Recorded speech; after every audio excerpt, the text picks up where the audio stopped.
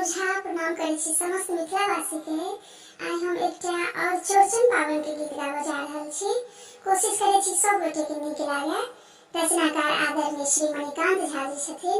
धन्यवाद। जय मिथिला, जय मैथिली। चौरचन के पीरिकिया बनल छै के बड़